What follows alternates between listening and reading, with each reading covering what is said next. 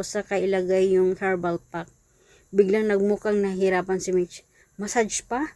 Tanong nito habang nakasimangot. Paano ko gagawin yung mag-isa? Tahimik na napatingin sikit sa kanila mula sa malayo at sa isip niya ay halos automatic na agad pumasok ang isang bagay. Magaling sa massage sa Vincent. Napakagaling. Pwede naman po kayong mismo, paliwanag ng nurse. Pero kung nahihirapan kayo, pwede rin si husband ang gumawa. Oh, mahina sagot ni Mitch habang hawak-hawak ang medicine pack. Sakto namang bumalik si Vincent. What happened? Tanong nito habang lumalapit. Inulit ng nurse ang instruction tungkol sa herbal pack at massage. Okay, sagot na Vincent habang kinukuha ang medicine pack mula kay Mitch. Got it. Pagkatapos nun ay seryoso itong bumaling kay Mitch habang naglalakad sila palabas ng clinic. Marami ka ring bawal kainin, sabi ni Vincent. No cold food, no raw food, pati sweets kailangan bawasan. Ano? Reklamo agad ni Mitch habang nakasimangot. Hindi pwede yun. I need milk tea. And cake every day. At aling sabihin niya bago ito tumingin dito ng video. I see bliss, not zero.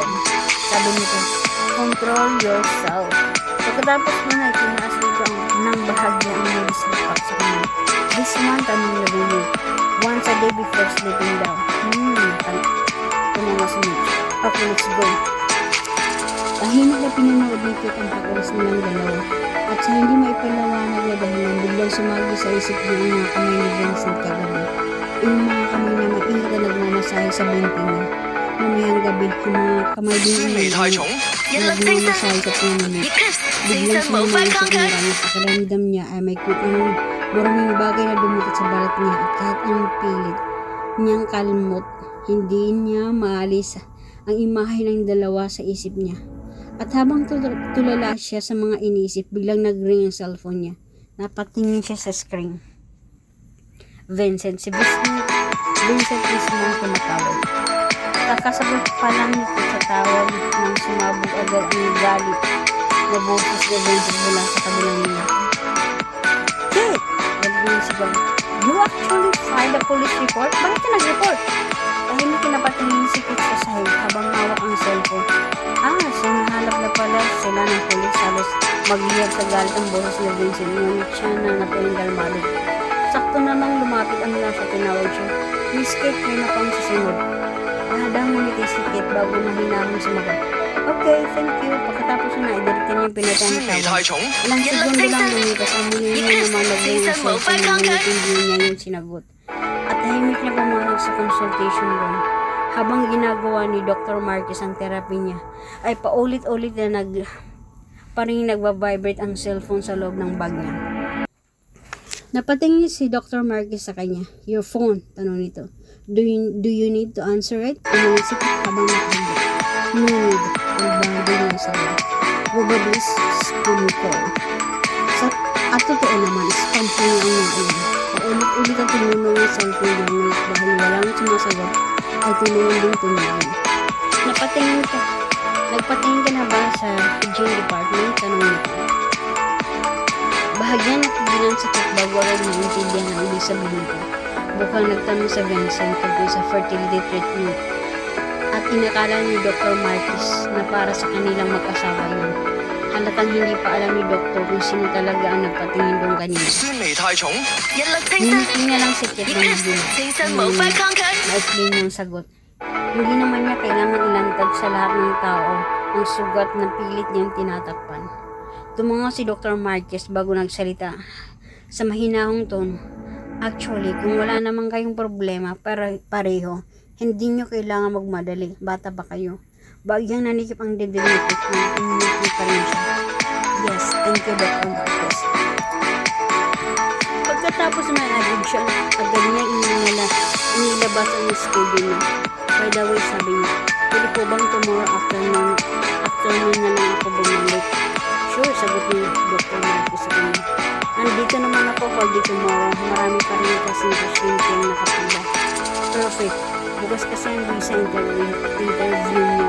Pagkatapos nun, itaan niya yung kumain mag-isa sa paborito ng restaurant bago din na rin siya ito para sa treatment.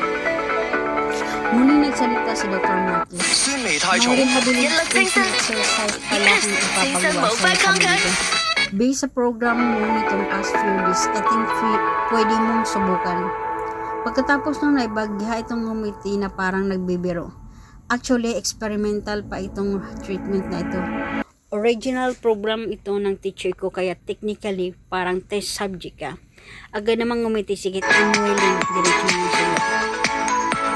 Totoo naman, gumaling man o hindi ang paa niya, gusto pa rin yung subukan. Wala naman mawawala sa kanya. At kahit hindi tuloy yung gumaling, hindi na siya mawawala ng pag-asa gaya ng dati. Kahit paano ay magiging bahagi siya ng research na maaaring nakatulong sa ibang tao balang araw.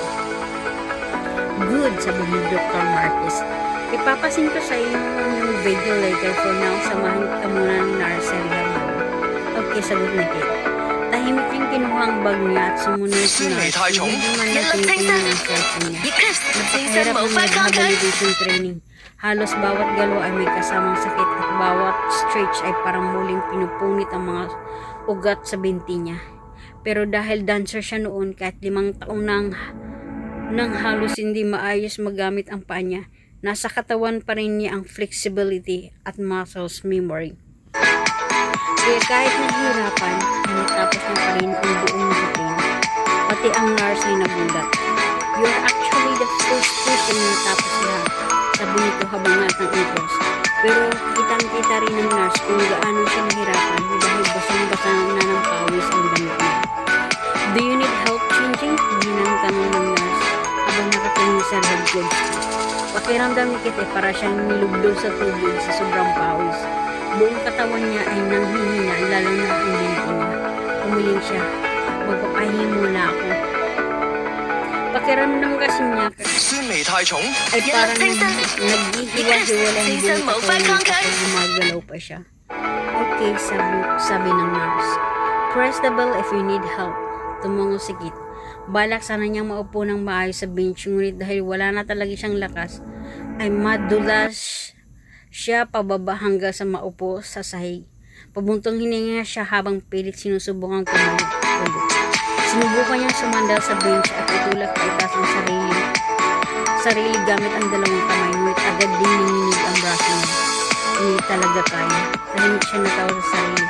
Pinabayaan na lang isa ituloy. Pero hulang naman ang sahig sa uupo. Dahan-dahan niya ipinigil ang mga mata habang hinihintay na bumalik kahit kaunti ang lakas ng katawan niya. Pero ilang segundo lang lumipas ay biglang bumukas ng malakas ang pinto ng labon. May pumasok na tila ng mamadali at galit na galit. Why weren't you answer my call? Nasa locker ang damit niya. Hindi niya alam kung ilang bisis pa siyang tinawagan ni Vincent. Matapos niyang patayin ang unang tawag at kahit alam na niya ay hindi rin naman niya sasagutin. Tahimik siya napatingin dito habang mabilis nang lumalapit sa kanya. Magulo ang itsura ni Vincent at sa loob ng 5 taon nakilala niya ito. Iisa lang ang taong kaya magpapagulo rito ng ganito. Si Mitch. Nung bata pa si Vincent at talikuran nito ang pamilya para magsimulang mag-isa. Nanatili pa rin ito malamig at kalmado kahit halos isampal na ng pamilya nito ang pera sa mukha niya. Nung namatay ang grandma nito, halos wasak ito sa lungkot, ngunit tahimik lang. Nitong sinabi sa kanya noon, my grandma is gone. Pero pagdating kay Mitch, lagi nawawala ang kontrol ni Vincent. Nung iniwan ito ni Mitch, 5 taon nang nakalipas, halos gabi-gabi itong lasing at parang nawala ng direksyon sa buhay. At ngayon, dahil iniimbis kagahan na ng pulis si Mitch tungkol sa sunog, ganito na naman ito.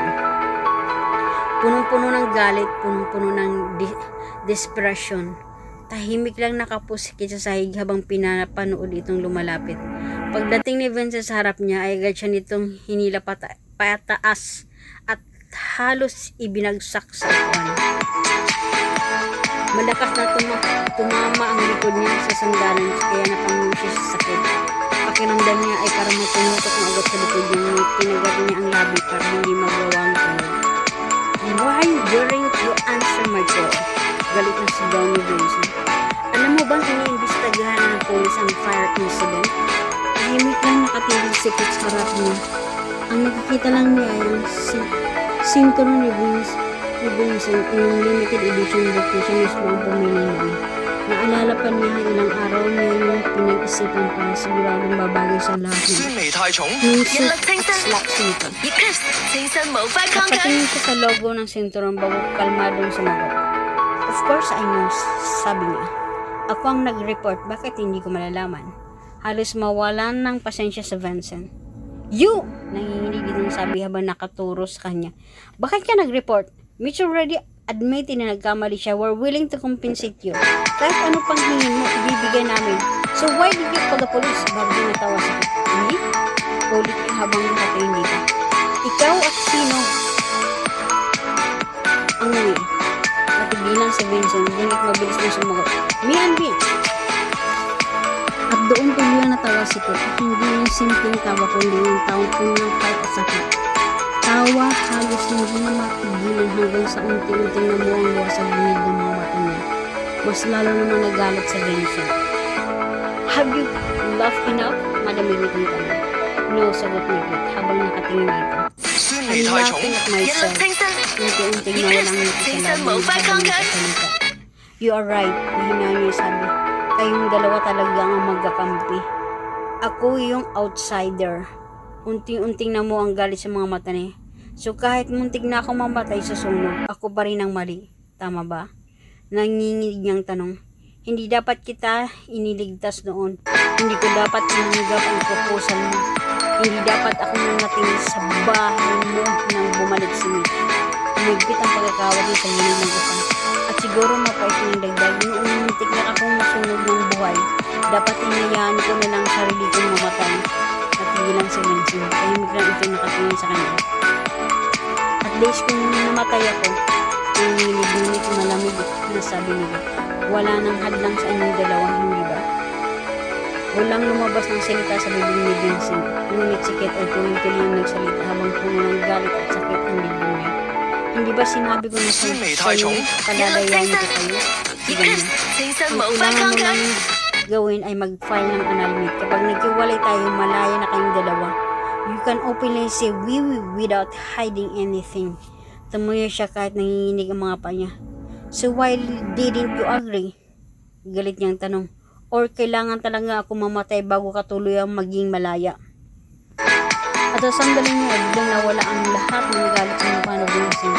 Sa ilalim ng maliwanag na ilaw ng labrong ay may kung anong inisyo na siya. Kumislap sa mga mata nito. Dahan-dahan itong lumuwag sa harap niya. Kahit mahinit itong sabi. It's not what I mean. Tahimik lang siya nakatingin dito ba nangyayot ang bibig niya sa labis ng galit. Believe me, sir, yun siyang sabi ni Vincent habang nakatingin ng diretso sa mga mata niya. Sa buong mundo, ako ang taong pinakaayaw na mangyayaring masama sa iyo. Biglang tumirot ang puso ni Kit. Oo. Naniniwala siya roon. Gusto siya maging maayos kay Vincent dahil kapag maayos siya, wala na itong 清 guilt. 新無法抗拒。 Kapag okay siya, magiging malaya na ito. At alam niya kung hindi siya napinsala noon, iniligtas niya ito noon, hindi siya pakakasalan ni Vincent. Pero may isang bagay na hindi alam ni Vince. Pero may isang bagay na